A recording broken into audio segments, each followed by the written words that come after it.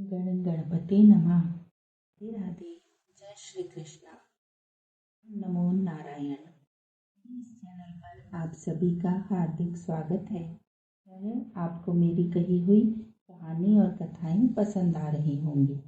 मैं आप सबके सामने गीता के 7वें अध्याय का महात्म्य का वर्णन करने जा रही हूँ। इस अध्याय को ज्ञान विज्ञान योग भी कहा जाता है। ये पाठ आरंभ करने से पहले आप सभी से अनुरोध है, मेरे चैनल को लाइक शेयर और सब्सक्राइब जरूर कर लें और बेल आइकन को भी जरूर दबा लें। तो गीता के 7वें अध्याय का महात्म्य का हम वर्णन कर रहे हैं। इस महात्म्य को स्वयं शिव जी ने माता पार्वती जी से कहा था। भगवान शिव जी कहते हैं कि हे पार्वती, अब मैं तुम्हें 7वें अध्याय का महात्म्य बताता हूँ, जिसे सुनकर कानों में अमृत भर जाता है। पाटलिपुत्र नामक एक दुर्गम नगर है, जिसका गोपुर यानी कि द्वार बहुत ही ऊंचा है। उस नगर में शंकुकर्ण नामक एक ब्राह्मण रहता है। उसने वैश्यव्रती का आश्रय लेकर बहुत सा धन कमाया है, परंतु न तो कभी उसने पितरों का तर्पण ही किया है और न ही कभी देवताओं का पूजन किया है। वह धनोपार्जन में तत्पर होकर राजाओं को ही भोज दिया करता था। उसने कभी किसी भी गरीब व्यक्ति को भोजन नहीं कराया है।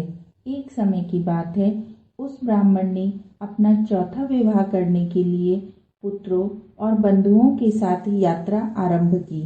मार्ग में आधी रात के समय जब वह सो रहा था, तब एक सर्प ने कहीं से आकर उसकी बाह में काट लिया। उस सर्प के काटते ही उसकी ऐसी अवस्था हो गई कि मणि, मंत्र और औषधि आदि किसी भी प्रकार से उसकी रक्षा करना असाध्य हो गया। तत्पश्चात कुछ ही समय में उसके प्राण पखेरु उड़ गए और वह प्रेत बन गया।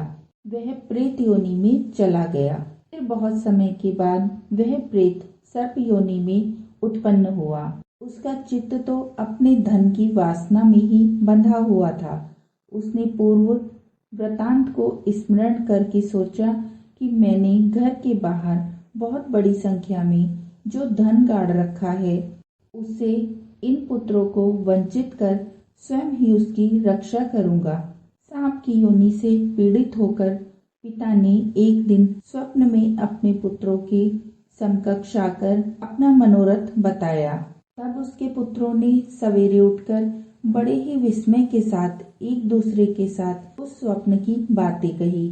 उनमें से मंझला पुत्र कुदाल को हाथ में लेकर घर से निकल गया। जहां उसके पिता ने सर्प योनि धारण कर रहने की बात कही थी, वह वहीं चला गया।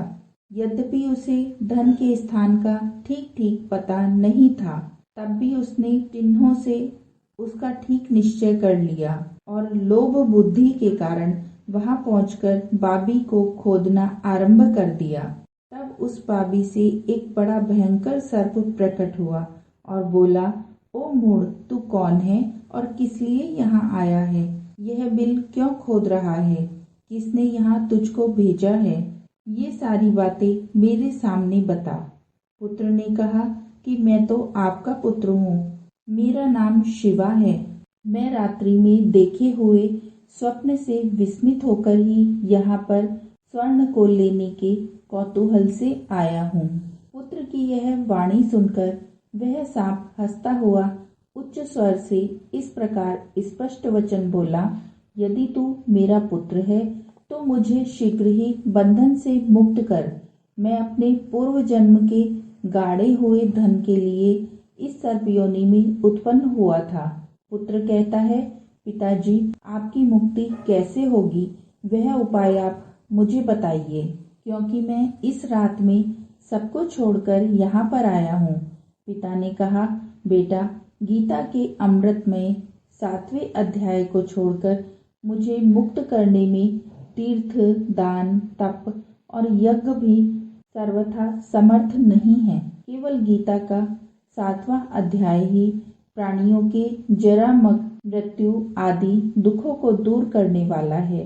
पुत्र, मेरे श्राद्ध के दिन गीता के 7वें अध्याय का पाठ करने वाले ब्राह्मण को घर पर बुलाना और उसको श्रद्धा पूर्वक भोजन कराना, इससे निसंदेह मेरी मुक्ति हो जाएगी।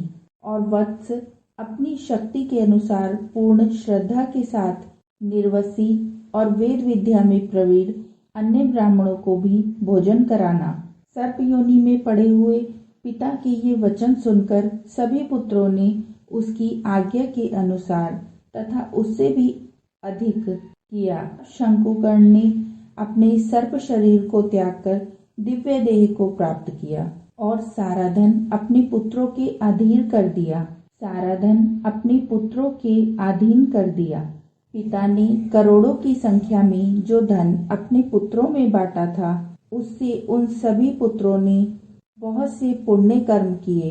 सभी पुत्र उस धन को प्राप्त करके बहुत प्रसन्न हुए और सबने अपनी बुद्धि के अनुसार धर्म में उस धन को लगाया।